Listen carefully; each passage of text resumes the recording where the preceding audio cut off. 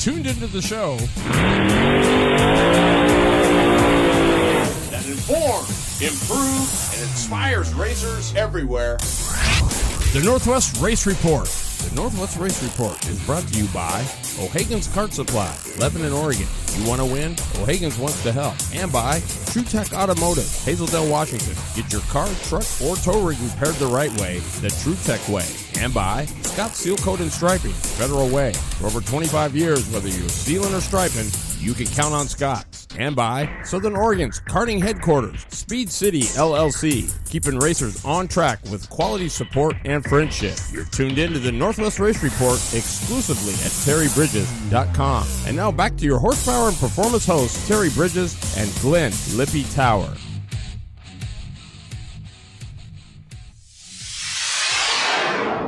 Oh, what is going on, racers?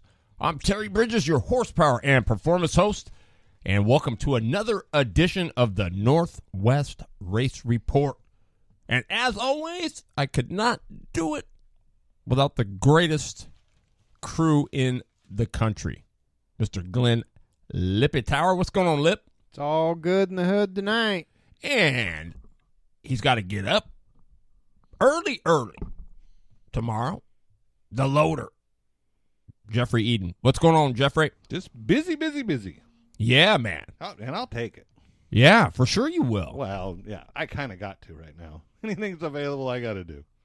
Why? Oh, yeah, because your knee. I'm going to have a knee replacement on the 1st of November, and I won't have any income for a couple months. So, I got That's it all. Maybe you got lack. Do you? No, I do not. No. Well, let's see who made our list. Oh, Kravitz in the house. And again, he is the master. DW. Dan Watkins. How in God's name does he do it? I don't know. He's on a better roll than Meyer was. He is on a roll, but how about Ronnie Swires coming in number 2? He's hot tonight, too. I know. Holy. Our driving coach, Mr. R.S., Ronnie Swires. God, he's eating dinner in all these high-dollar spots and, cold beers every day, rubbing our nose in it. And he says only Thursdays and Fridays he drinks beer, but... Yeah, and look who's there. Matt Strebe, Strepfest Promotions. And, boy, they had a big race this weekend that didn't get off because of the rain. Yeah, I think they got another one coming up here with the 212, the Predator motor. I think they're going to be doing one. Ooh. Yeah. Are you going to run it? He's pushing me. He'd like me to come up, but, man, I'm just thin right now. Super thin. Don't have time to get anything done. So. But you got a cart that you would bring up? Rusty and I both have... Dude, I'll help you get it ready. Call me up. Ready. I'll come in. We ran them at our last race down there. They're still in the trailer, but it's just, it's mom, I'm at that point. Oh, yeah. So I running out of brownie points quick. Yeah. So Renee Angel in the house. The female phenom, Rusty King, Daryl Kelso, my man, the Kravitron. And Sean Holbert all in here. Man, Scott Keeney in the house. Smoked pistachios. And some good Amber Brewski. That's it. Amen to that. All hopped up. And he takes care of it. Well, we got a good show for you tonight. Did a little homework. Got a hold of my man, our Blue Line Graphics in the seat guest tonight. We're going to do a 3-show segment on tires. Because after being at the Nationals, I saw a couple things. I learned a couple things. But I just want guys to really know what is going on. What and why and how come. And so please ask some questions. That's why he's here. No question is stupid. No question is dumb. The only ones that are the ones you don't ask. Everybody's got to start somewhere. So I don't care if you're a clone. Let us know, if you're going to ask a question, what class, what you're going to run. But, like I told him, I said, I want to know about what do you want the tires to do? right? When you go to buy them, what should you be looking for? When you run them, should they be feathering? Should they be grainy? Should they be, what do you do? Is a conditioner just, is it a have to? Is it, can you use just a conditioner even if you don't want to use prep just to put those oils back in? That's the kind of stuff that I want to know. And I hope that you do too. So Robby Yao is going to be our guest, and we're going to be doing 3 shows where we have him on. We're going to do like a sort of a beginning, an intermediate, and then an advanced. So hopefully you brought your pencils and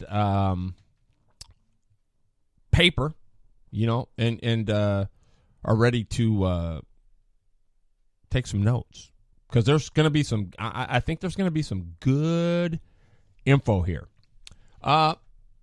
Before we get started, I want to give a big shout out to Northwest Kart Dates.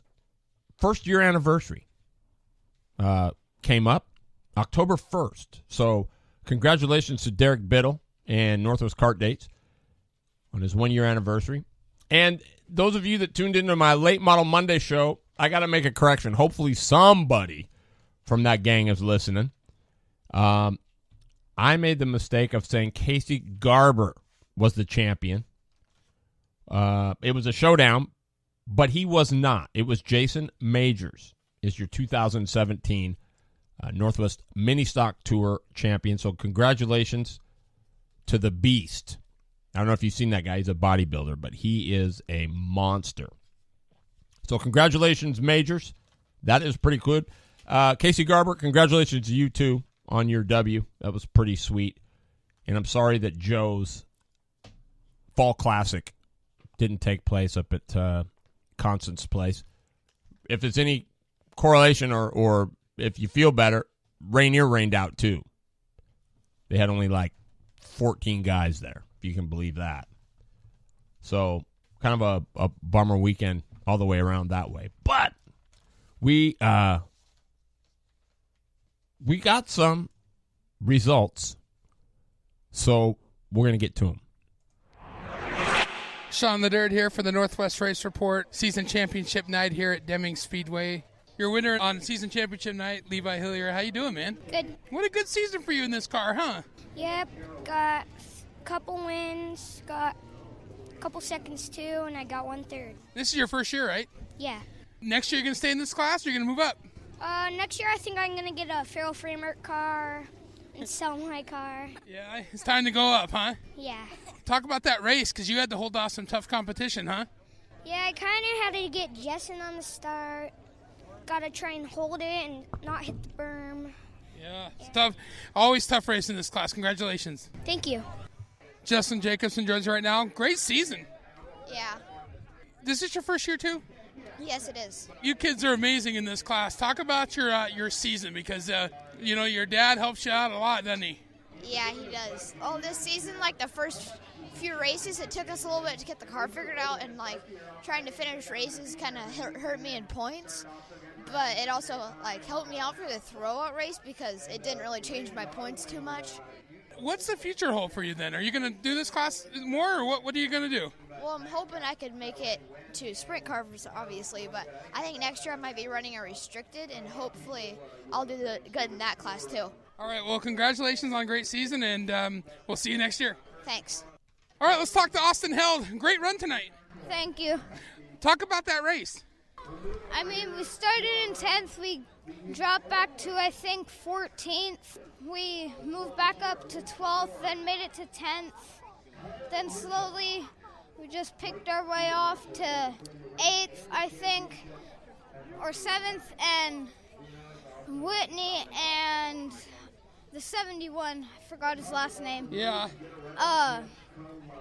They got tangled up, and I got 4th, and I got, third there at the end? Yeah. How many years have you been in this class? This is my second year. I split the car last year, so this is my first full season. Why did you get into racing? My great-grandpa drove one of the first sprint cars. My grandpa drove stock cars, and This runs in the family, doesn't it? yeah. All right, well, congratulations on the season. Thank you. You're Casey Kane Jr. champion for this year. Mitchell Hustle, great season. Yeah. What do you think has got you this championship? Because you were fast all year. I honestly think it was just the line and the car that I had and my setup and my dad. At the beginning of the year, your worst finish was like 4th. Did you feel more confident? As it went, I felt more confident and more confident. Talk about your couple sponsors that help you. Mostly Matt MCR and Superior Powder Coating and the sponsors that could help me. Awesome job. Congratulations. Thank you.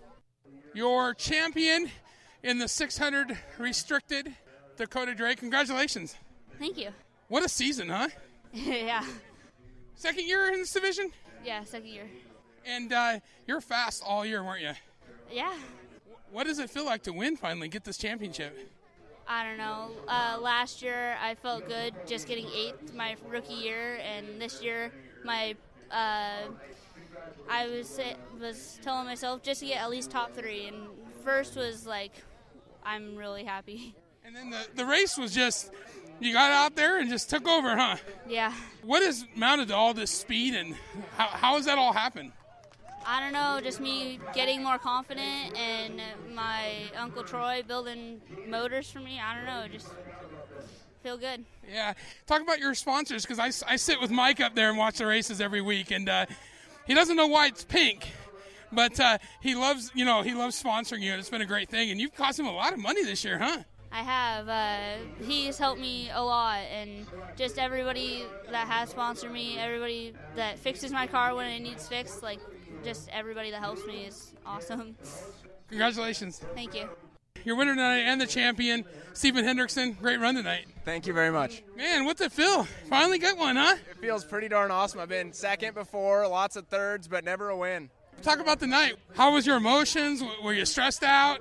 I was pretty stressed out to start the day. Like when we talked earlier, I was a little on the stress side, but after the scramble, when we started on the outside front row, I knew we were probably going to be tough to beat. So once that happened, it was kind of just one of those, we got this car set up and just had to do 30 laps. I was up there with the Service Pro people, and they're pretty happy to see you win this. So. Oh, heck yeah, no, they're awesome people, and they definitely hook us up with some good horsepower. You've had some sponsors for a long time, haven't you? Definitely. I've had people that have sponsored me since I was 5 that are still on board. So it's pretty big, not just for me to win, but, for everybody. Congratulations, man. Thank you very much. Back-to-back season champion here at Deming Speedway, and a real gasser, Kyle Mitchell. Congratulations, man. Yeah, thank you. That was a race tonight, huh? I mean, you pretty much had the championship. I mean, it was always in question a little bit, but you had a decent point. And you started 3rd. Talk about the night. Yeah, it wasn't easy. In the scramble, I started first. Transcrom got the best of me there. I ended up losing 2 positions to him and Tanner Home, and then I start 3rd tonight. I had to work for it. I got around I got around Tanner with a few slide jobs. It took a while to get by him, didn't it?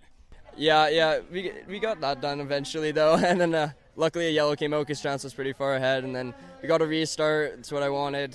Did exactly what I thought we were going to do, and we came home with the win. You made the bonsai move on the outside there. Yeah. No, I thought that's what I was going to have to do. So. And you got a big car last week. That was pretty cool, huh? Oh yeah, fun experience. It was great. What is your future hold here? Because you've back-to-back here. Do you stay in this division? What are we doing? I'm not sure yet. It's still to be determined, so we'll figure that out soon. All right, well, congratulations. Yeah, thank you. Terry, Lippy, Loader, hey, thanks for letting me be a part of the show. Back to you guys. Oh, Sean in the dirt. Sean Holbert, thank you so much for that championship interviews from Deming. Obviously, that was a couple weeks ago.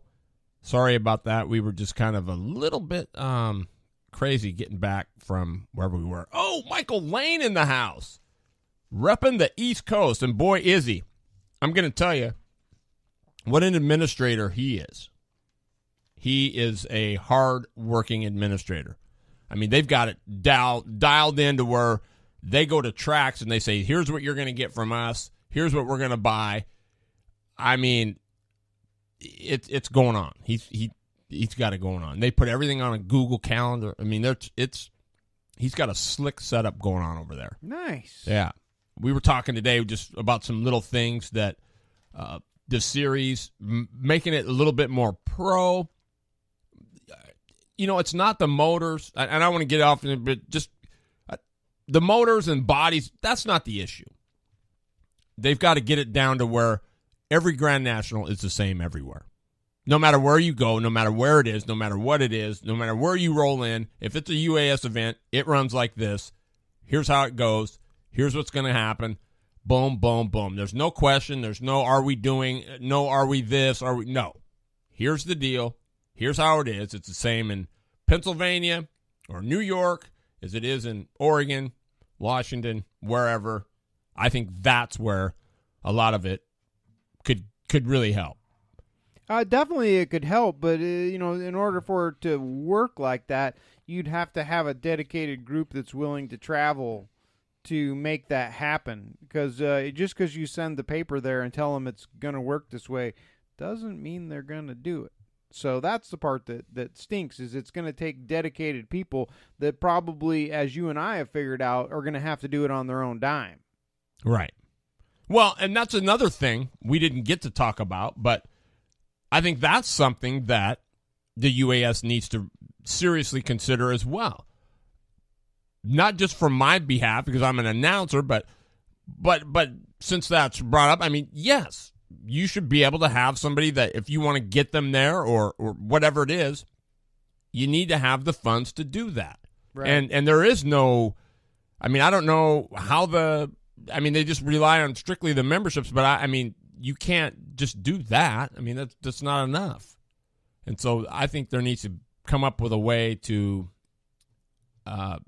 either raise the fees. I mean, I hate to say that, but, or something, or do some sort of something to make this thing more of a business, so that those are just some small things that they'll get worked out. Yeah, I mean, sure they will. It's the little things that but I think it would make things a whole ton better. Yes, definitely. Going back to our results from 9/24. Now, we missed this because Derek Biddle is our he gives us our results. Trevor McAllister, T-Mac in the house, representing Joshua Tree, California. That's pretty awesome. But he missed a week. No problem. I'm just going to buzz through them here because we've only got a few. There was only a couple this weekend. Tri-City Kart Club from back on the 24th. They had their last event is this weekend, this Saturday. Practice from 5 to 10 Friday night. And Saturday, gates open at 8. Drivers' meetings at 10:30. They'll have their final event of the year. But on the 24th, the Masters 206 went to Bryce Peterson, Eric Hubley, Daryl Hurling. Senior 206, Kellen Dean, Gabe Sessler, and Justin Korenkowitz. Trey Arnzen, Harrison Budzer, and Tegan Fletcher were 1, 2, 3 in Junior 206. Junior 206, the Zach Attack, Zach Fransky, Daytona Arnzen, and the Shark, Jacob Smith. Aiden Hansen, Conan DeLong, Jocelyn Strait were the Kid Carters. Powder Puff, Women's 206, Varlene Richardson, Brandy Strait, Karen Nagel, Crystal Burdo, and Gabriella. I can't even read my own writing again. Hall. Sorry, Gabriella. PRD. Can you guess who won PRD? Nope. One of the Midnight Motorsports guys. Take your pick. There's two brothers. You probably know them. I will. Chris Worley wins it. Ricky Worley second. Richard Worley third. Wow. It's a family affair. That's Boom. just what I was going to say. Rotax Senior, they had 6. Matter of fact, let me just go back a bit. Junior 1 206. Get this. 14 entries. Wow. And nice. 11 for Junior 2. Nice. Could things be looking up? I can only hope. Chris Mann took Rotax Senior. Jerry Pitts, my man, and Michael Groff, one of the hardest working guys around, was third. Their last event, again, this Saturday. Gates open at 8. Drivers meeting at 10:30. Be ready to rock and roll. PSGKA right over here, Mountain High Raceway in Tacoma. Race number 8 for them. Tag Senior went to Craig Collins. our guest here a couple weeks back, Jeff Westland and Jason G. Hall. My brother. He's rolling. He's the Velox importer here for the United States. Tag Junior 3 went to Cole Faker. Tag Masters went to Wade Jensen, who bested Gary Rail. Junior Rotax, Gabe Nito, Drew Wagner. Senior 206, Gabe Sessler, Jacques Ricord, Brandon McCorkle. Do you know McCorkle from somewhere? I don't, other than maybe Salem. We've been in passing. Okay. World Formula went to David Carson. Junior 206, Garrett Hessel. Gracie Braun, and Gabe Hartley. Shifters went to Mateo De Leon, Jeff Westland second, and John Caragonis third. Last but not least, the Oregon State Karting Championship Series, the OSKCS, at the Mack Track in McMinnville, Oregon. Junior 1, 206. Call it. Smart. Very good. Parker Sellner second. Corey Ron third. Kid Kart, Tristan Esquera, Corbin Pritchard, Emmett Cass. Junior 2, 206, Cooper Becklin. He's a Medford guy. Caleb Schroeder, Jordan Henning. Senior 206, Jeff Lewis, Casey Lagoni, Dakota Grindlin. These names, I know nothing. Masters 206, Juan Esquera and Daniel Mendez. Shifters, Mark Dahl, Mitch Kirkpatrick, good to see him back, Joe Casey, and World Formula Heavy, Scott Humble, Greg Normandin, Brian Green. How about that was a hell of a show? Mm-hmm.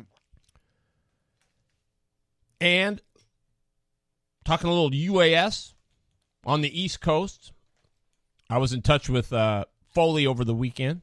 He brought his new machine out. Ooh. Did you see the pictures of it? The thing is Rip City. Yeah, it's nice. He had a big red X on it. I told him, get that X off of there, man. You show up with this thing and you put duct tape on it? No. But the Virginia Championship Series, fast time went to Joe Overstreet, 10.964. Foley was third with a 997, 10.997. So it went Joe Overstreet, Darrell Hunsucker, Jeff Overstreet, a guy by the name of Strawberry. That's all they had on there. Foley finished fifth, and Nick Hatton was sixth. It's a stacked field. Yeah. Strawberry and the gentleman that Hunsucker? No. Overstreet? Overstreets are freaking they're all shoes, man. They got good equipment, and yeah, that's a stacked field. Yep. There was only 6, but that's 6 good ones. Mm-hmm. And if as of the 26th of September, Bobby White has a pretty commanding lead in the Virginia Unlimited All-Stars. 396 points, and Will Pritchard is second with 194. Then it goes Nick Hall with 192, Josh Pierce with 100, Hunsucker with 100, and then you've got Red Swain with 96, Brett Messler with 96, Michael Flagg with 96, Chris Peck with 94, Eric Grice with 94, and Adam Kay with 92. Wow. So they're ways off of Bobby White. Bobby White's killing. But the rest of the field's right there. Right. Their final event is the 28th of October, the finale, at Abermalley Speedway, the Halloween Havoc. And that'll decide the points thing. I'm guessing, unless White just doesn't show up. But even then, I don't know how much they get for a W. So, you missed everything, Fontaine. Yeah, for sure. It wouldn't let you post. That's why you missed it. Oh, I did. Where did I spell it wrong at, Diotti? I love this guy. I do nothing but promote this guy. And what does he do? Hey, Terry, you spelled Cervantes wrong. He's just straightening What a guy, huh? What a guy. Just straightening you out. Well, just be thankful I didn't spell Diotti wrong. I'm just kidding. No problem, man. He just tell you use the initials and go on. How did I spell it? I'm trying to see how I spelled it wrong. Now, and remind me, it could be the phone. It seriously could be. I'm not trying to make excuses. Or nothing. Okay, so I'm just going to shut up because I got another peanut gallery over here that's going to ride me to death. And you don't even start. And there's my man.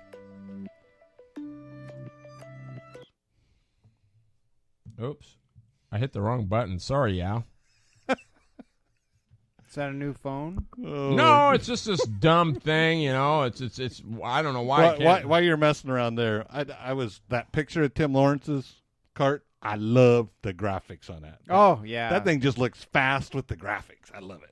They were the sleeper of the weekend for sure. Glad to see them there, and I've been given some flack about calling them the sleeper because they really aren't. I mean, they did well down at the BK. They did well back there. I mean, they were just quiet.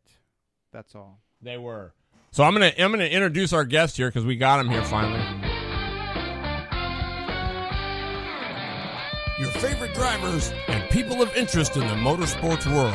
It's time for In the Seat, powered by Blue Line Graphics. Well, if you're a UAS guy or you're any kind of an open guy or run what you brung guy or anything, and you don't know who Robby Yao is, you're gonna know tonight. He is probably one of the best in the business as far as tires go. He and his dad are mainstays and household names in the world of open karting and even in the clone stuff back there. Welcome to the show, Robby. Sorry I hung up on you, man. No, you're good, Terry. Thank you for letting me be on here. No, dude. I just hit the wrong button. It was like crazy dumb. So, Robby, you know, like we talked a little bit earlier, the tire thing can be confusing, can't it? Yeah, it's just a tad bit confusing if you're just getting into it or you really have no idea where to start at. But once you get a basic knowledge of where to go, you just learn as you go, and you can advance yourself better in doing or having a tire program. Hey, I just want you to know you're probably not on the chat line, but Renee Angel says, Robby who? It's and then she says LOL. I see that. But it's actually not even Robby. It's Wobby Wow. It's Wobby Wow. Hey, Ricky Worley tuning in. Thanks for tuning in, Ricky Worley. You stud. So let's start from the very beginning. So when I'm going to go buy a set of tires, and we're just going to assume that they're because we're UAS guys, we're just going to assume it's for that. But what do I look for before I even worry about prep? Is there anything I need to worry about? For a UAS cart, the number one thing I look for in a tire is basically a good supporting sidewall and a lot of rubber or a lot of meat or a lot of tread. By that case is just dot depth. So a thick rubber tire and a thin rubber tire. Most of your tires now that come out are like 2 millimeters. Some are maybe a little bit more than 2 mil tires. Of course, as tire guys, we go by thousandths. So most of your tires come as a thin rubber. They're about 60 to 75 thousandths rubber, and thick rubber tires about anywhere between 110 to 120 thousandths rubber. Wow. Okay, so how do I know if those sidewalls are what I want? I mean, is there a way to check that? There is a way. Most of the tire companies out there have already created a sidewall that's a stiff sidewall, and it creates a fast roll speed of the tire. And you can basically judge by like the maxi tire has got they basically have put technology into the tire where they basically found what size sidewall needs to be done. And then there's other tire manufacturers, Hoosier, Burris, Vega. They've all done the research in the sidewall, but the number one thing I look for is a depthness of the tire, because the thin rubber tire you don't want to you can run one, but I don't like to run one just for the fact that the tire doesn't get as hot or doesn't get heat in the tire as quick with a thick rubber than it would a thin rubber. Okay, and I've got a question for you right out of the gate. It's from Matt Fontaine from California. Tees and tops. And he says, is the prep different for a 430-pound car, a tad overweight by, say, 120 pounds? Matt, the answer to that question is yes. Back here where I run at, I run a harder tire. So say I run if I'm running a 350-pound go-kart, I run a soft tire, like say a 52 to a 55. If I run a heavier cart, I'll run the same internal, but I'll run a 58 or a 62.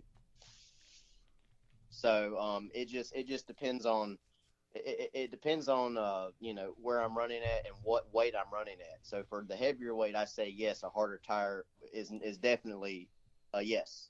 As far as the tire prep, you pretty much roll. If you're rolling the tire on the inside, you roll the exact. I roll the exact same amount inside tire because it's going to work the exact same. Just I work the tire differently on the durometer side, and I make sure the tire's harder. And I'm not saying like 10 or 15 points. I'm saying maybe like 5 or 10 points harder than say I would cart weighing 350 pounds. But now on my unlimited stuff, I'm not big on internal prep for 430 pounds. Now, if I'm running something that's like 350 weight class or 380, then yes, I will roll an internal in that.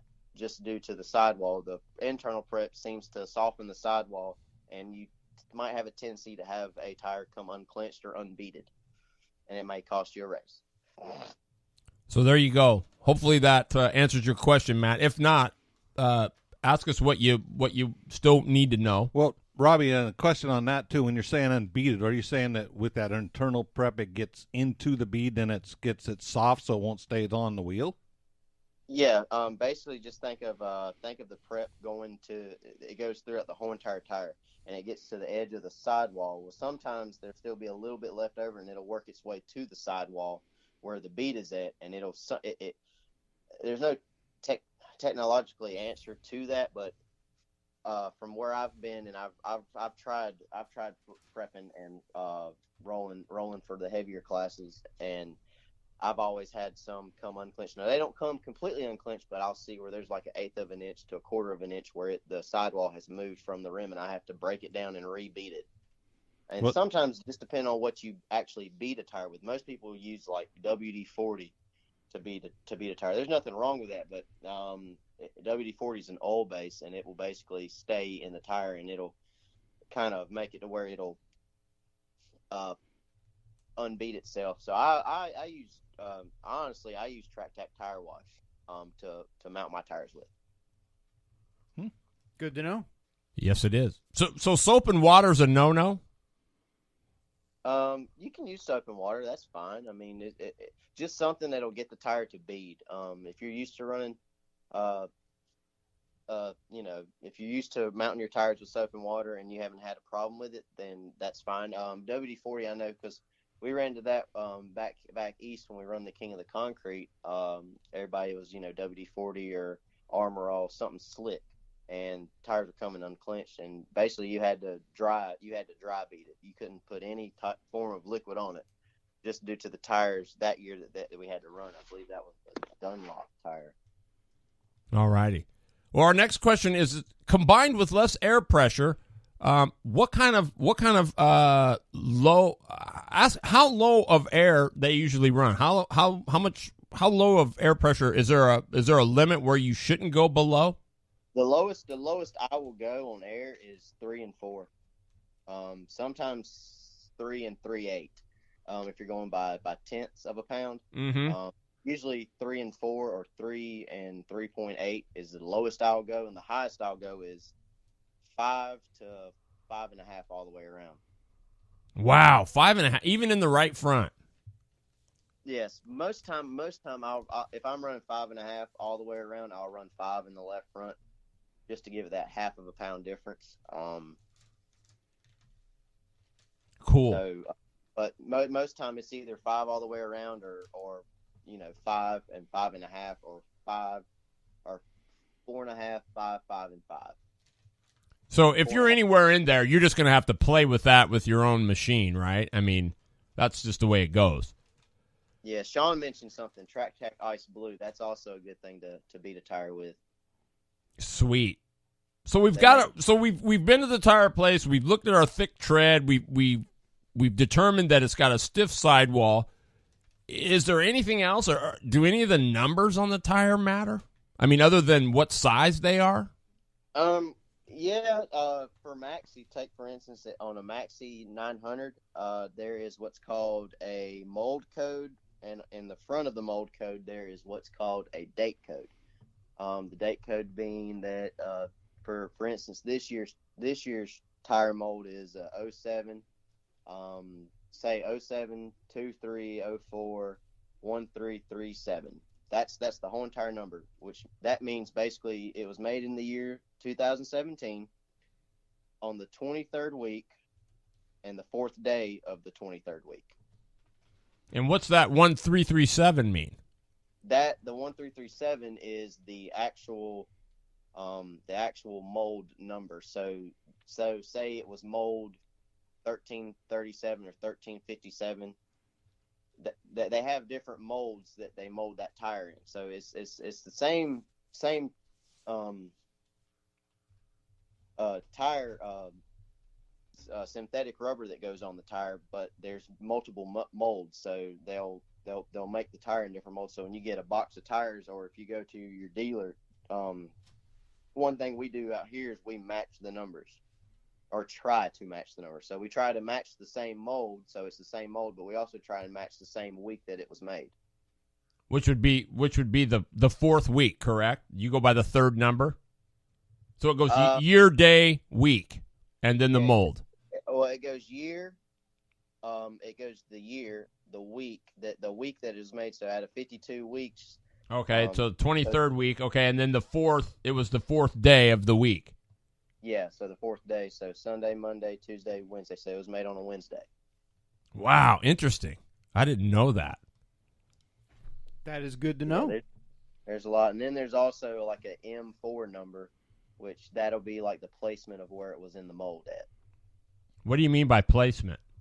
There is a placement of where the tire is inside the mold, and there will be an M dash. Now, it's not near the mold number. It's actually somewhere near the M.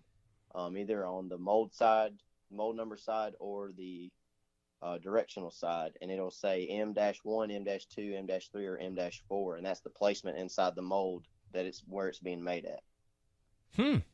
Inside the mold. Is there... Like, whenever they're making the tire, right? The mold that it's in, there's placements inside the mold. There's 4 placements.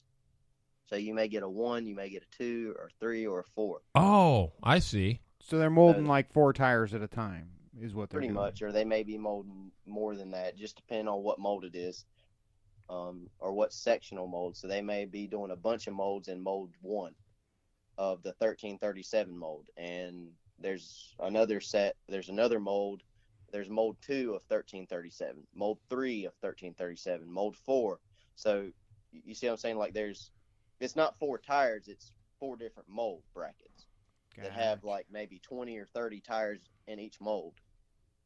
Interesting. But you're saying you try to get the same numbers, even with the mold numbers? Not necessarily. As long as you get the 1337 number or the 1357, or I think there's even a 1377 number, if I'm not mistaken. Most numbers you'll see is like 1337, 1357, I think 1323. Those are the numbers you'll see on the tire. So them are the ones you're trying to match up for your... Yeah, those are the numbers you try. You don't really try to match up the M numbers, but for other people like the big wigs, they look at that number. I technically don't. I mean, but now for other tires, it's kind of like, I don't think the Vega tire, I do not think has a mold number. The Burris tire does not have a mold number. Maxi, I believe Maxi is the only tire company out there that puts an actual mold number and a date code of when it was made.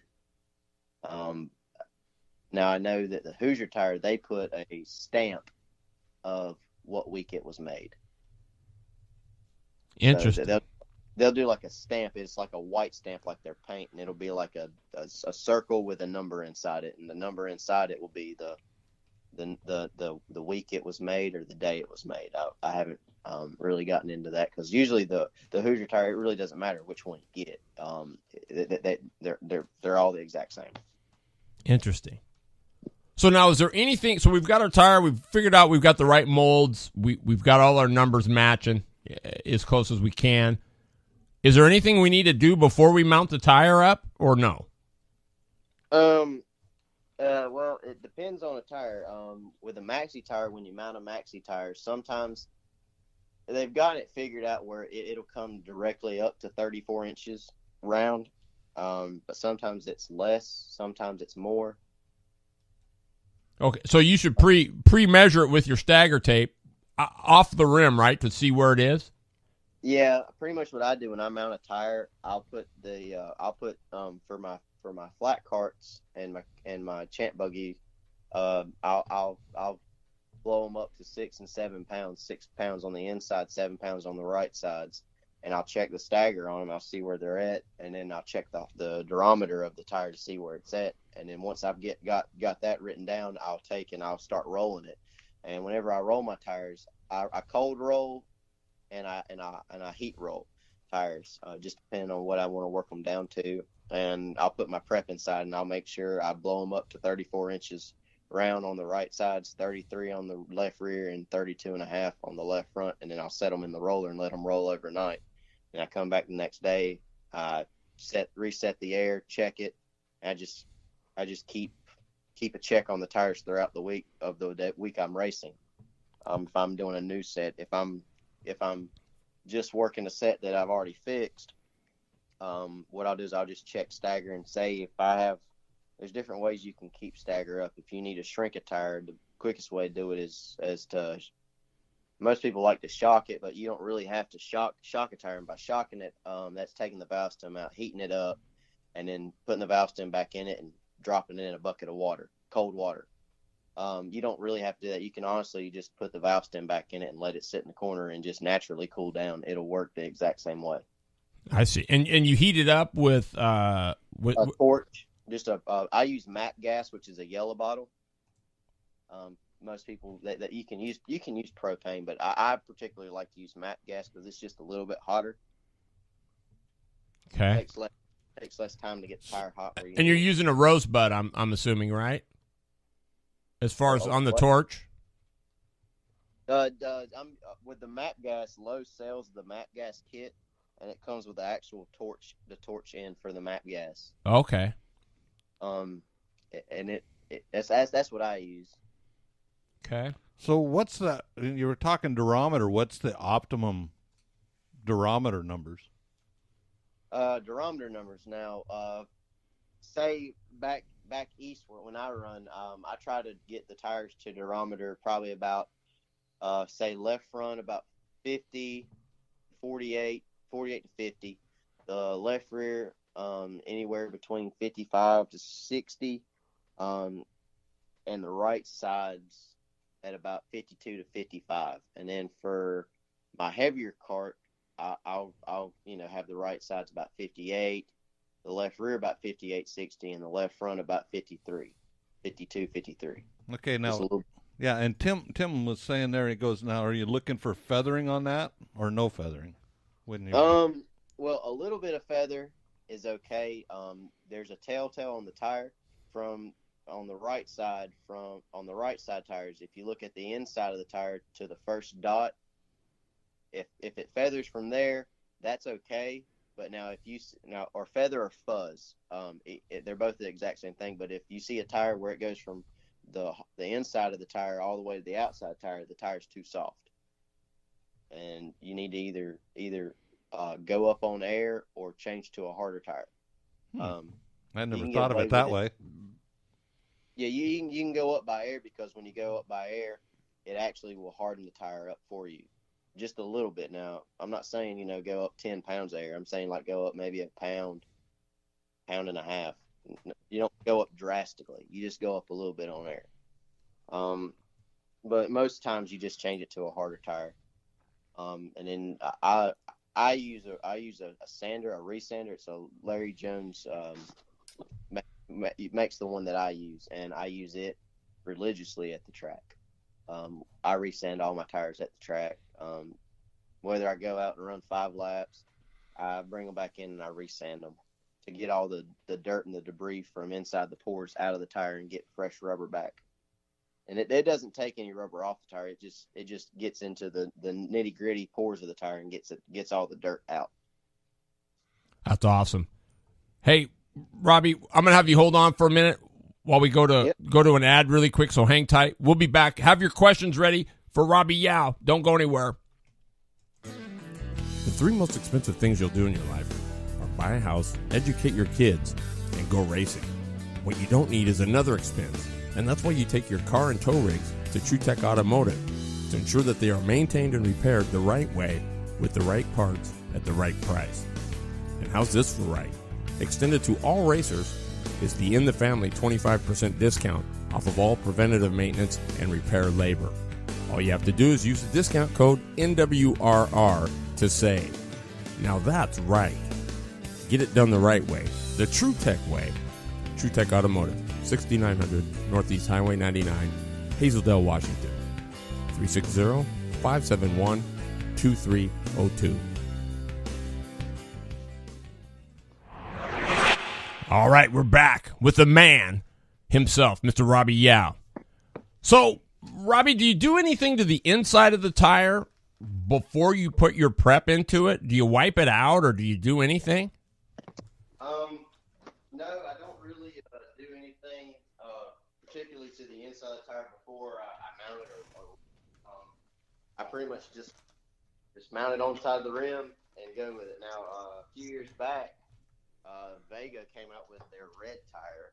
It's a test tire, and it came with, since it came from Italy and came overseas substance, and that was basically something that they put inside the tire so that it wouldn't I guess deteriorate, or it would basically, in shipping, it would basically make it all the way over from factory. So basically, like they took it out of factory and put it back, be basically just like it just came out of the mold from factory. But what they didn't think about was whenever someone went to prep it or do internal prep, the prep never went inside the tire. It wouldn't allow anything to go inside the tire. So they had to rethink their books on that one. Yeah. Well, our next question comes from Ricky Worley from Midnight Motorsports over in the Tri-Cities area, and he says, between runs, are you washing the tires and then sanding them? Yes. Okay. What I do is I take tires off. If you're used to taking and doing a heat check, seeing what the tire temperatures are, seeing if it gained any air pressure, you check all that, then you wash it, then you take it over to your sanding station, or you have a sanding machine that can turn the tire for you. Basically, you sand it, and I usually use like a 60 or 80 grit sandpaper. Then I'll use like a 120 or a 150 or a 220 sandpaper. Then I'll take a Scotch-Brite pad and go back over it, and then that's it. Then that's one tire done. It's a lot to do, but it's a tedious work to make sure you're on top of your game and you're getting the most advantage you can get out of your race session that day. And then basically you just go back to, if you're applying prep, you just reapply your prep and put the fresh prep back in to fire off the tire. And if you're running internal, the internal prep inside, once the outer prep has fired off and taken off, the internal prep comes through the tire and continues the run for you. That's the whole idea of the internal. Well, Daryl Kelso wants to know, Robby, when is your book coming out? Well, I'm having difficulties, getting publication done, but I'm hoping soon. And then Renee asks, in your opinion, Robby, what is the most important tire on the cart and why? Renee who? Oh, touche, baby. Touche. The most important tire on the go-kart is all of them, to me. But the ones that work the most are the right rear and the left rear. But I try to.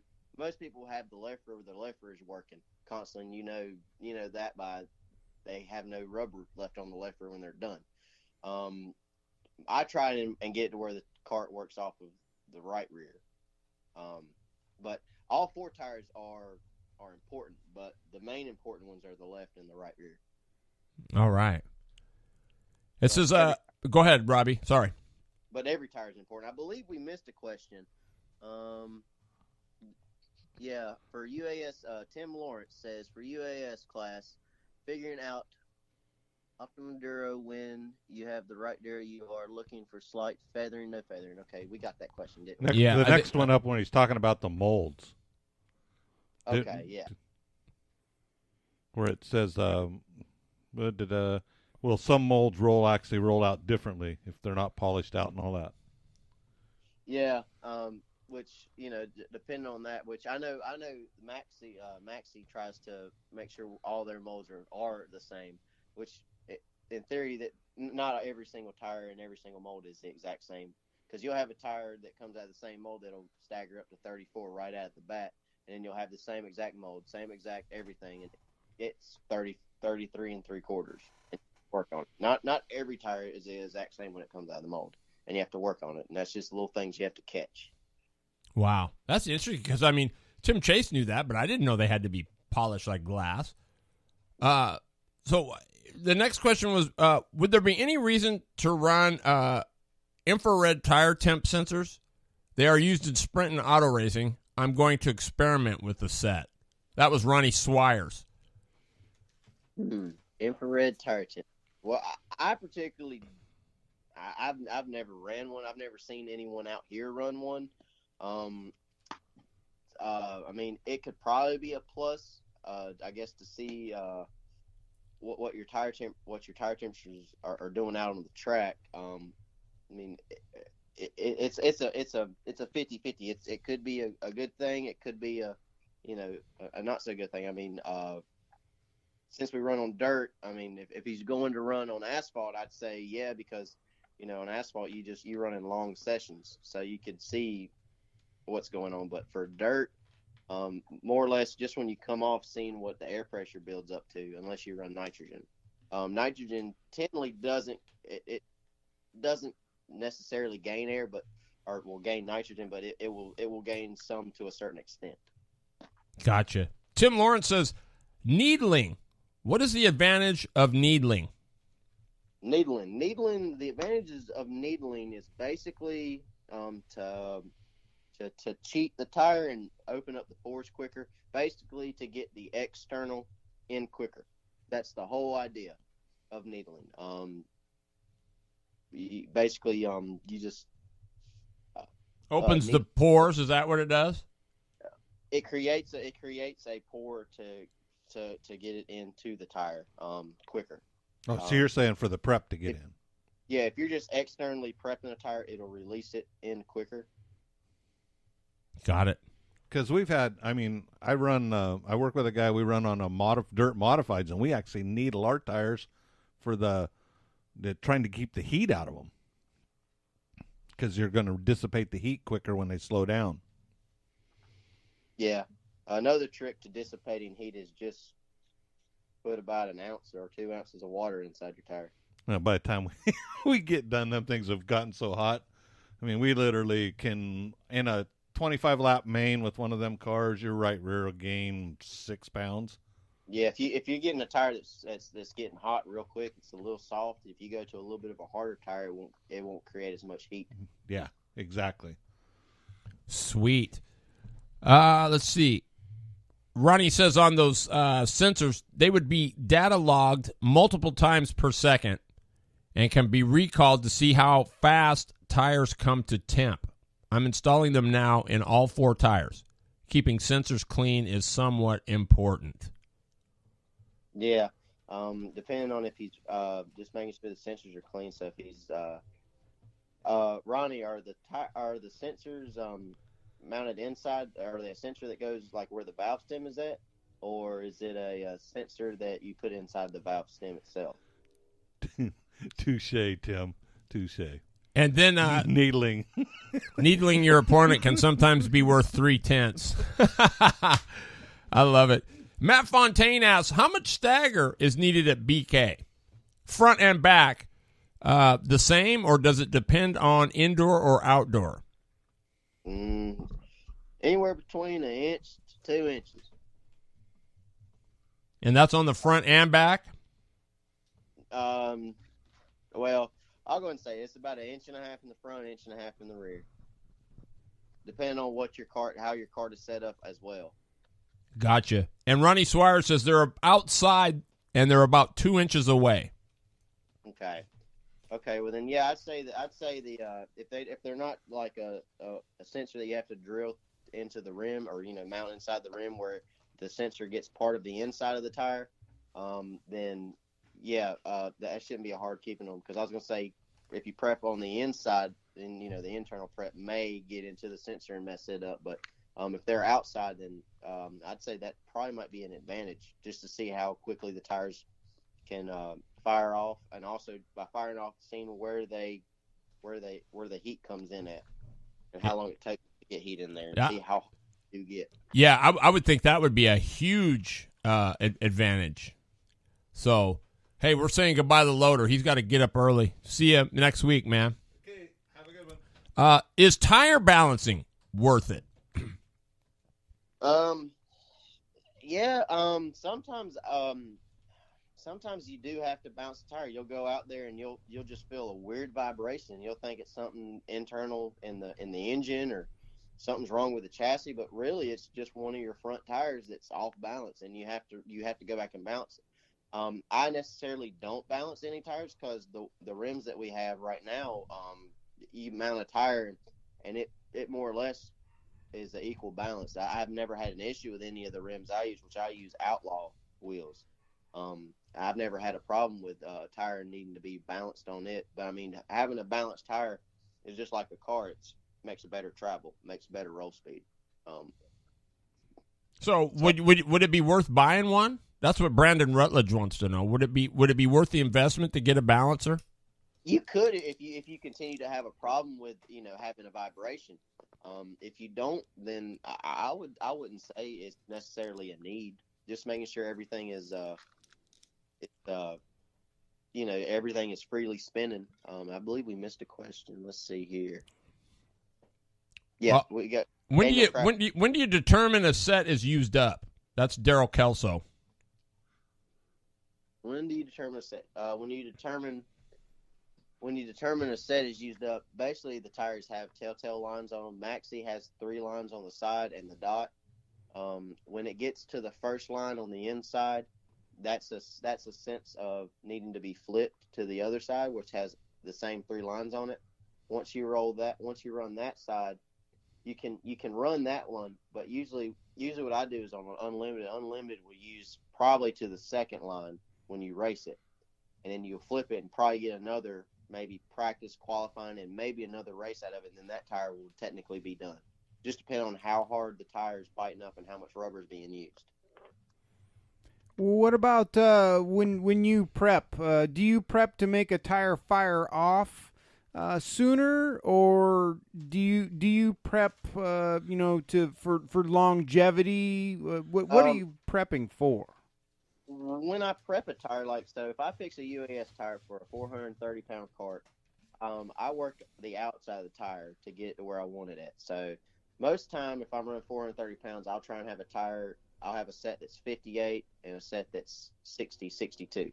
And I'll work them down externally with GK1, and I'll get them down to where they need to be. And then after I get them down, I'll keep them there. But then whenever I'm at the track, what I'm doing is I'm putting an external prep. So say Phoenix was dusty, had sand, and you needed bite. So I used SST5 black sand and AT2, or Acrosol if you have Acrosol, or Ruby if you have Ruby. You can mix that as the third portion, and it's in third, so 5 ounces, 5 ounces, 5 ounces. And I used it because the SST5 gave the tire bite. The black sand worked on the tire for the sandy condition, and then the AT2 was basically the pour agent, opening it up, allowing it to get in the tire quicker. so I can put more coats on. Gotcha. Okay. And I usually put about 2 to 3 coats before I go out. Now it'll bring the tire down, but the theory on external prep at the track before you go out is that's going to fire the tire off, get it softer, and then when the prep leaves, the tire actually hardens up just a little bit back to where you want it. So if you were wanting a tire that's 60, you put a little bit of prep, it works it down to 58. That 58 is going to fire off a lot quicker than that 60 is, but then it'll work itself back to 60, and then the tire does the rest of the work. So you said you would typically do 2 to 3 coats on the tire before you send it back out again. How much time do you wait between coats? Just till it's dried pretty much? Or Yep. It has to be dry. I go on, if I'm putting coats on, it has to be dry. It's not good to continuously wipe a wet tire because you're not really doing anything. Okay. I always make sure my tires are dry before I put another coat on, and I always make sure they're dry before I send it out. Gotcha. Tim Lawrence asks, I've heard of guys that are using tires that are cut. I've read that it's used a lot in the lower horsepower classes, but in UAS, is a cut set of tires used often or worth the cost? I would say it may be worth it for qualifying, but not in a race. I don't necessarily run a cut tire in a UAS kart, just because we have so much horsepower. We don't need a cut tire. The cut tire's ideal is just to get roll speed down the chute. Henceforth, we have high horsepower engines. We already have the roll speed down the chute. We don't really need the cut tire. It's not really going to be an advantage to have a cut tire other than maybe qualifying. That's the only time I would see a cut tire being needed in qualifying. But I don't necessarily run a cut tire. So now when you say roll speed down the straightaway, is there, so if you bought 4 rear tires, let's just say they're those 900s, right? And you took them out, would they all roll at different rates? Well, no, they're going to roll at the same rate. It's just what roll speed is just how fast that tire will go down the chute. So think of it as like RPMs in an engine. It has so many cycles per piston movement. Well, tires the same thing. It's going to rotate so many times down the straightaway. Well, the faster you can get that tire to roll down the chute, and I'm not saying spinning, but, gripping up, hooking up, and going down the straightaway, that's roll speed. It's getting the tire to roll quicker down the straightaway. Okay. And just get to the other end quickly. The only thing I worry about that I try and focus on in UAS is corner roll speed. That's the only variation, is making sure I can get through the corner as quick as I can, as fast as I can. And is there a way you measure that? Do you just measure that with a stopwatch, or how do you? I mean, you can measure it with stopwatch. I know my dad, when he usually clocks everybody's corner speed, and that's just from whenever they enter the corner and when they exit the corner. See how fast they are, how long it takes them to get to one corner. He'll do that. It's just a variation of, is this person quicker through the corner, or where are they beating me at? Most time it's the corner. That's where everybody's beating everybody else at, is the corner. Mm-hmm. Sean Carr asks, do you use a hot box when applying layers of prep, and what is the best temperature for this? I use a hot box when I'm applying internal prep, and I usually prep it about 90 to 95 degrees overnight. You can use a hot box to do external prep. If I'm using a hot box for external, I do it at the track.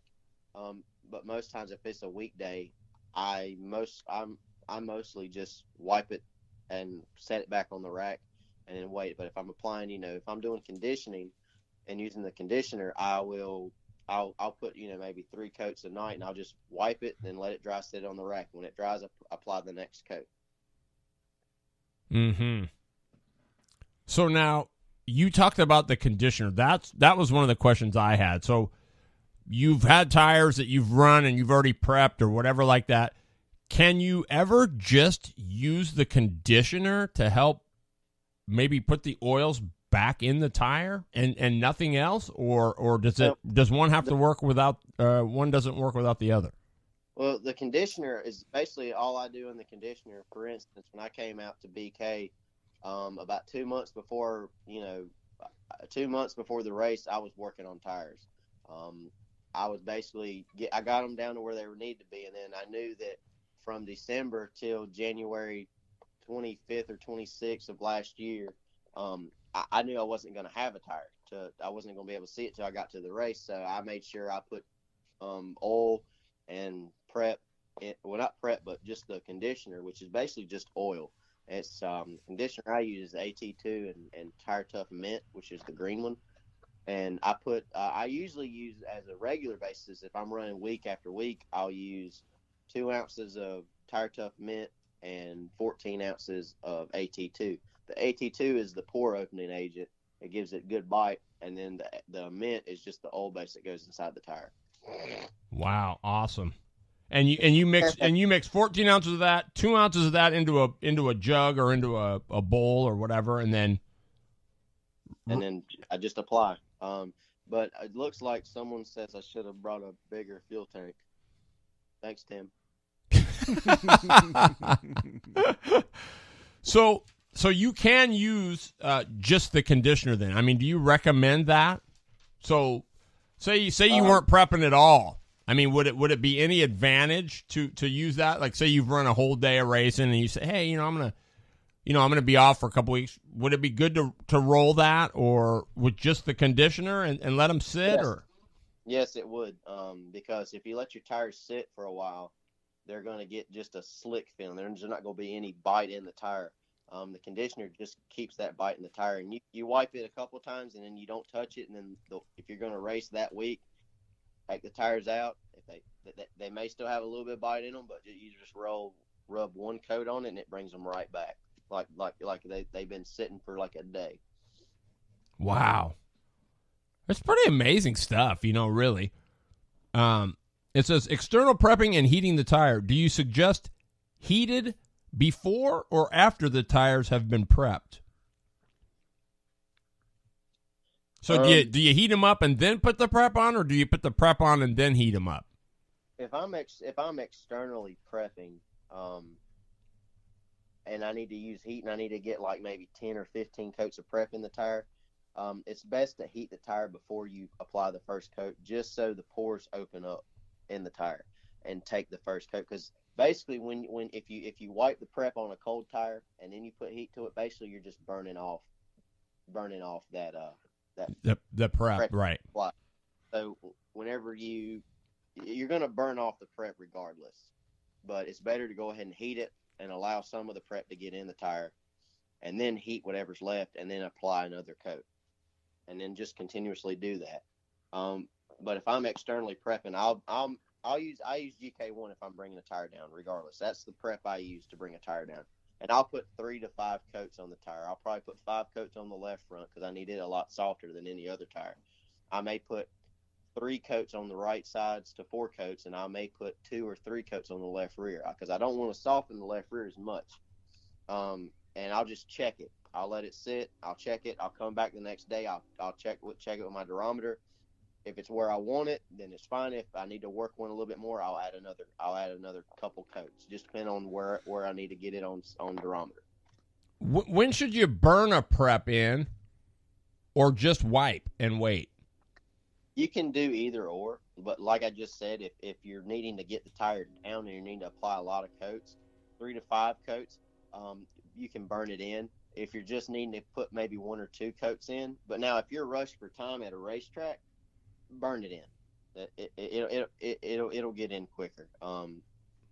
Just heat the tire up before, put the coat on, burn it, put another coat on, burn it in, put another coat on, and let it sit. Let that coat sit. Don't burn the last coat in. Let the last coat soak in. Got it. But if it's still wet before you go up, take the torch and burn it in. But make sure if you're in a racing stature, make sure your air pressure is set before you go burning in anything, because you don't want to go up there and then reset your air and the tire's hot, but then once you reset the air and the tire cools off, you say you set it 4 and 5 pounds, well, you're actually going to be setting it 2 and 3 pounds of air. Renee wants to know when would you use goat pee? Well, I have to say never, because goat pee is a carcinogenic prep and is not allowed. I do not, but I do use goat pee, but you're not really supposed to. And the Creo replacement prep is BTGP. What is it? Better than goat pee. Better I would recommend using better than goat pee than actual goat pee, but you can't. But most racers still use goat pee. It's hard not to get off of goat pee because goat pee is actually a really good prep, and it's a good prep to get a tire softer. But if you're really wanting to bring a tire down, use 50/50 BTGP, which is better than goat pee. It's red, and then use grape SAA. Mix it 50/50, and that'll bring a tire down.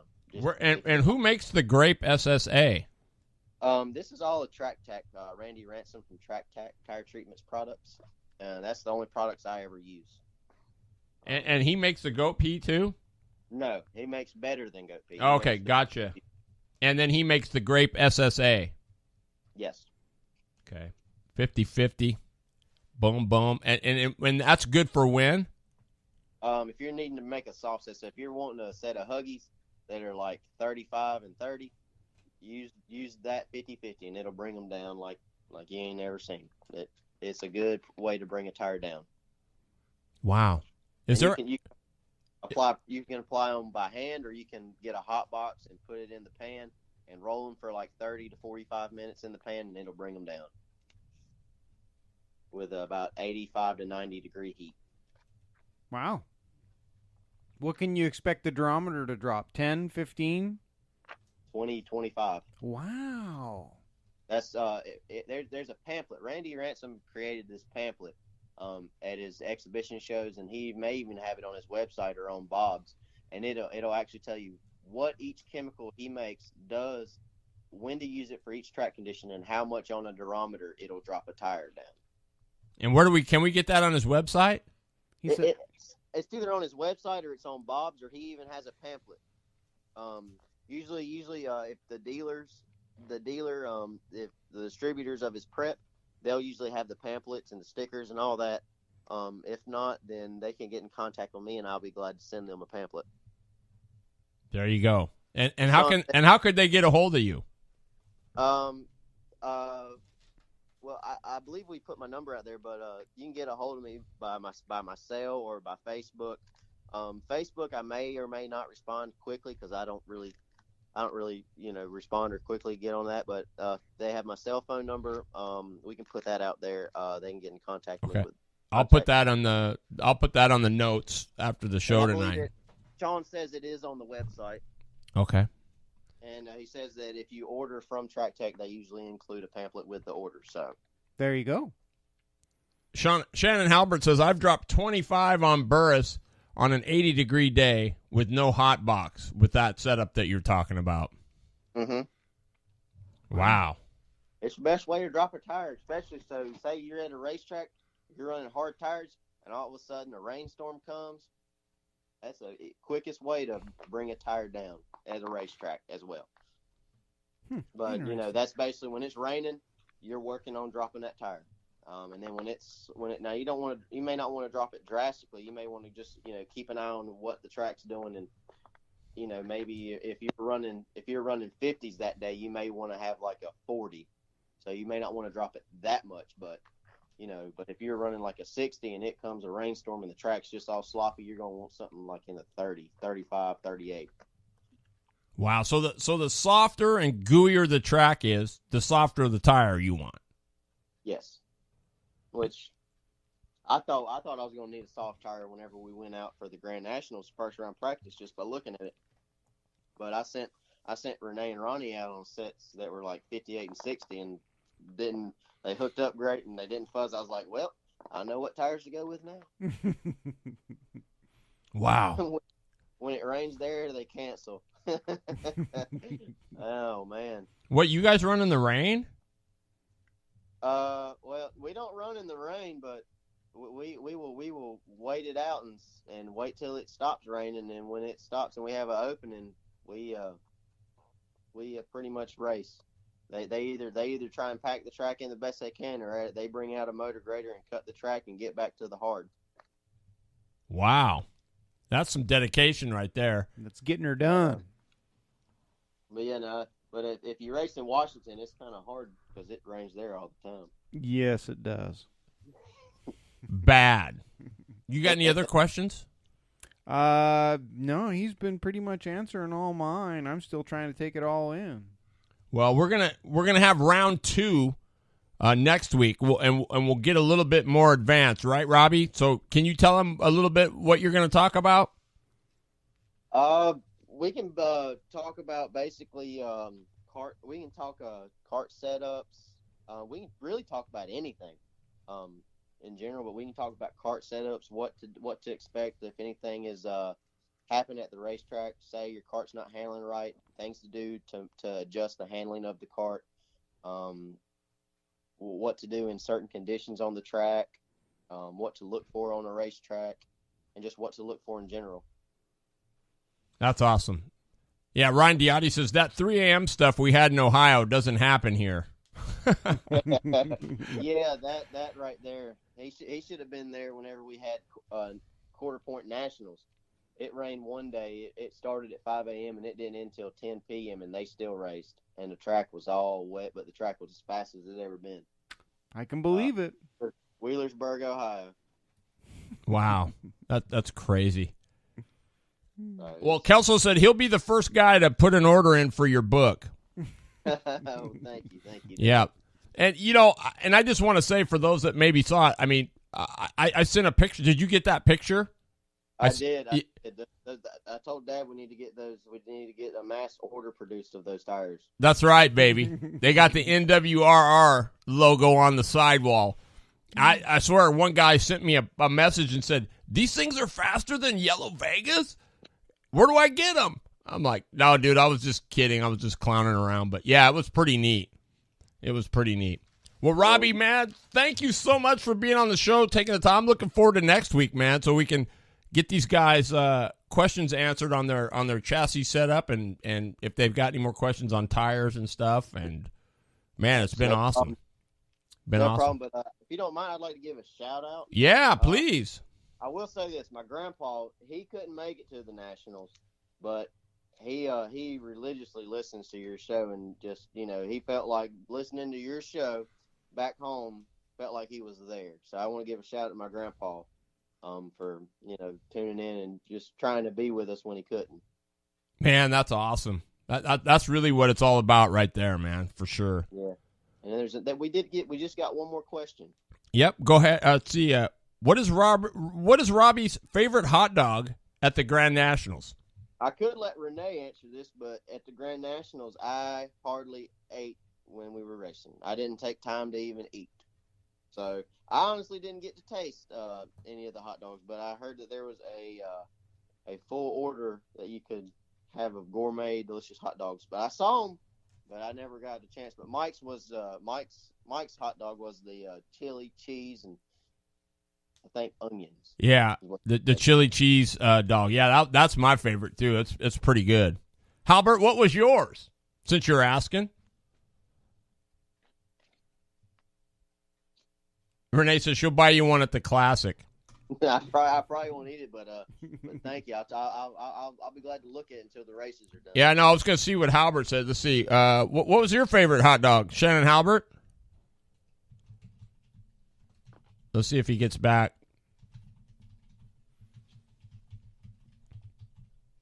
So, Robby, you're very forthcoming with all your information, and we appreciate that. But is there something you're trying to build here? Is this something, a business that you're trying to get going? Can people basically buy into a program, or what do we got? I do tires, which we have a low mainstream of customers that I do tire pours out here. But I do tires. I sent tires out for the Grand Nationals to customers.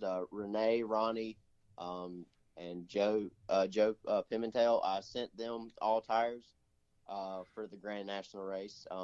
I mainly do the Hoosier tire, but I can do Hoosiers, Vegas, or Maxi tires. But I particularly push the Hoosier tire just because I think in theory it can be a better tire just for the long run, and just the way the tire, just the wear on the tire, it hardly wears. That tire hardly will wear. But I do have a tire program. I do fix tires.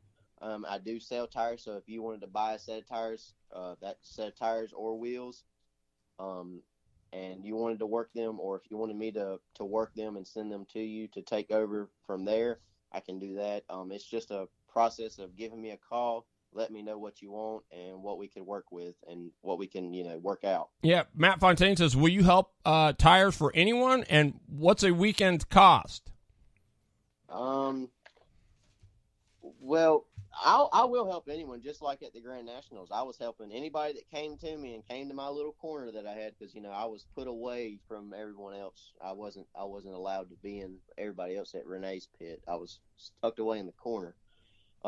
Basically, if you had a question, you come to me. If you needed me to come look at your tires at your pits, I walked over to your pits and looked at your tires, told you what I think needed to happen, and you worked. I told you what to use, how to work it, where to look for the tire whenever it came off.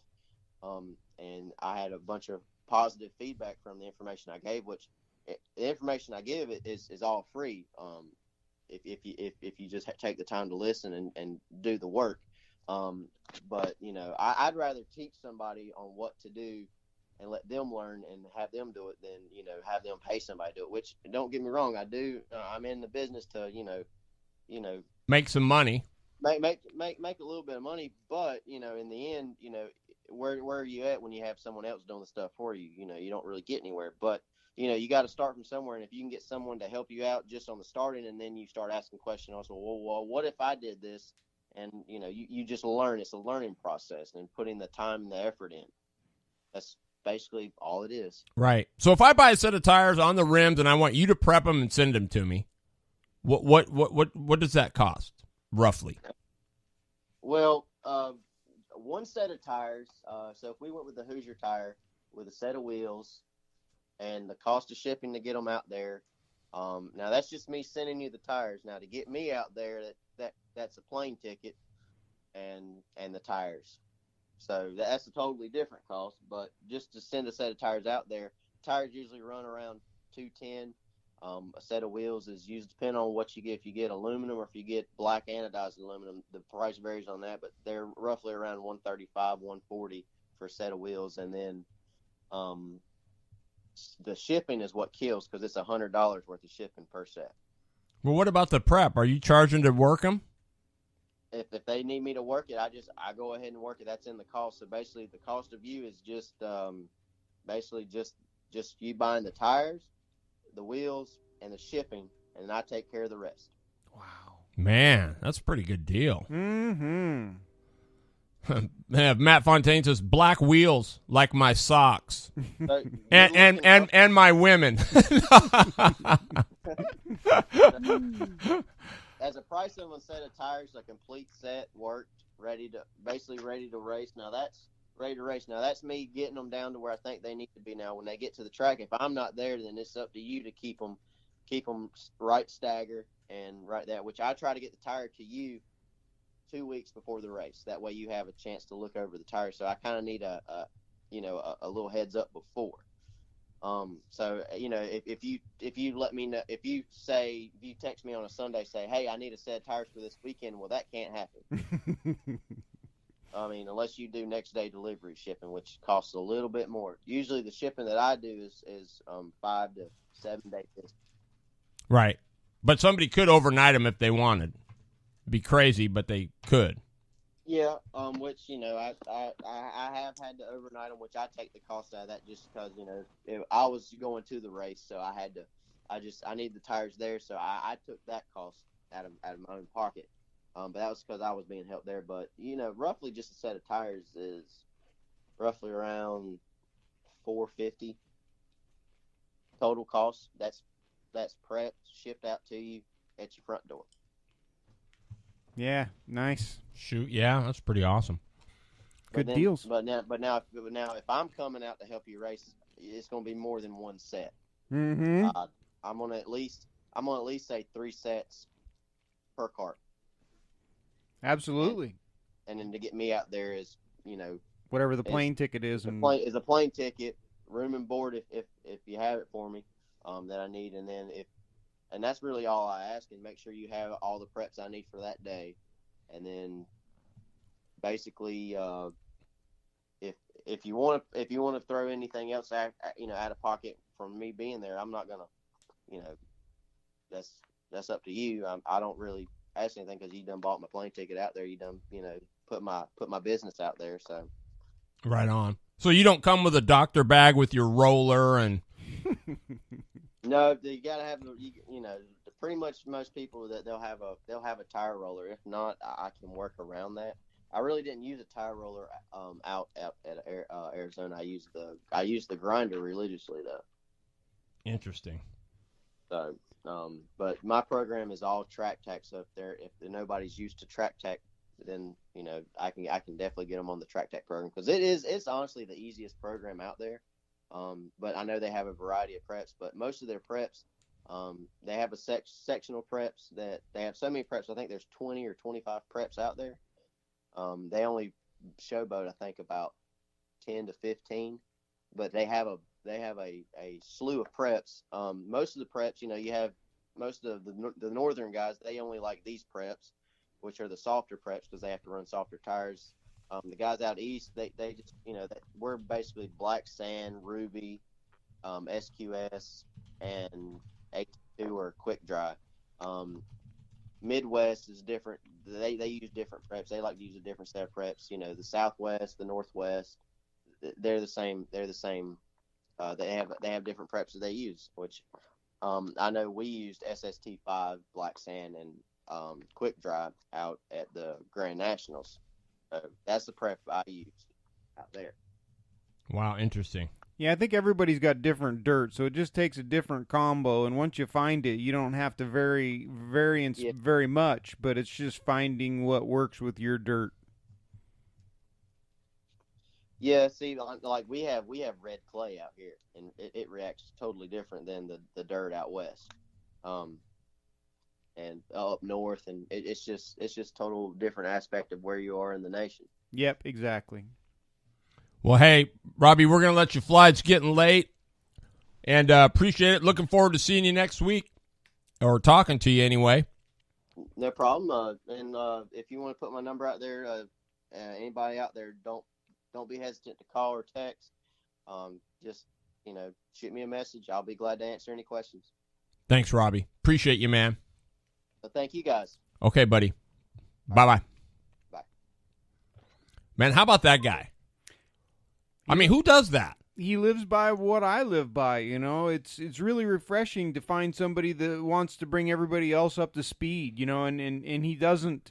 I mean, sure, he'll make money, but he would rather teach you how to do it and let you go on your own way. And that is just so few and far between nowadays with racers. Usually they keep everything in their armpit. They only give you little details. He's an open book. Truly is. And, yeah. And wants you to learn. And he wants to beat you on the racetrack. That's the whole thing. He'll say, hey, I'll tell you all this stuff, but you still got to beat me on the track. Absolutely. So that's pretty awesome. So, wow, that is weird, Rusty. I don't know why you would see the messages on your tablet. Nothing. I don't get that. Strange. Yeah, he is an honest and dedicated guy. Thanks a lot, Matt Fontaine. Appreciate it. We appreciate Tees and Tops for sure. And we're round 2 next week. So have your chassis questions ready for him, and that should be really interesting there. So yeah, and if you got more tire questions, you think of something after the show goes off or whatever, write it down, bring it to us next week. He'll answer any and all questions as long as you keep them clean. Absolutely, and this is what this show is about right here. Is we want you to take these nuggets to be able to help your race team. Yeah, we want to make everybody faster. Absolutely. With that, we're going to let you guys roll, and God, I hope you guys have a good rest of the week. We'll be back next Wednesday, 6:30. Robby Yao going to be with us, so have your chassis questions answered. Lip, you got anything else you want to add? No, keep it clean, keep it classy. Absolutely, for sure. And hey, guys, remember, lots of young kids watching you guys, your role models. So keep that in mind. We love you. Somebody's on the bottom. Go to the outside. We'll see you next week. Take care, everybody.